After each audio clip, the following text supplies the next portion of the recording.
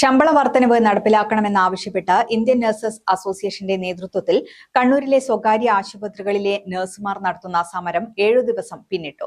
നഴ്സുമാർക്ക് Jagdish committee report അനുസരിച്ച് ശമ്പള വർധനവ് നടപ്പിലാക്കണമെന്നതാണ് പ്രധാന ആവശ്യം. 2022 ഒക്ടോബർ 1 മുതൽ മുൻകാല പ്രാബല്യത്തോടെ ശമ്പള കുടിശ്ശിക നൽകണമെന്നും സമരക്കാർ ആവശ്യപ്പെടുന്നു. നഴ്സുമാരെ കരാർ വ്യവസ്ഥയിൽ ജോലി ചെയ്യിപ്പിക്കുന്നത് അവസാനിപ്പിക്കണമെന്നും സമരക്കാർ ആവശ്യമുന്നയിക്കുന്നുണ്ട്. ഈ മാസം 16 മുതലാണ് സമരം ആരംഭിച്ചത്.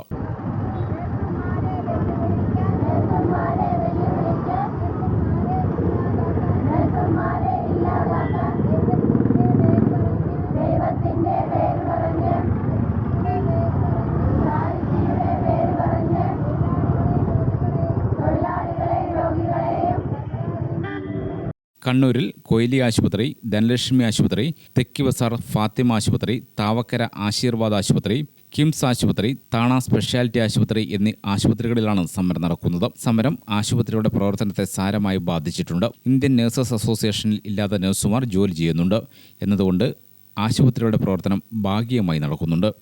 ഗ്രാമിക ന്യൂസ്, കണ്ണൂർ.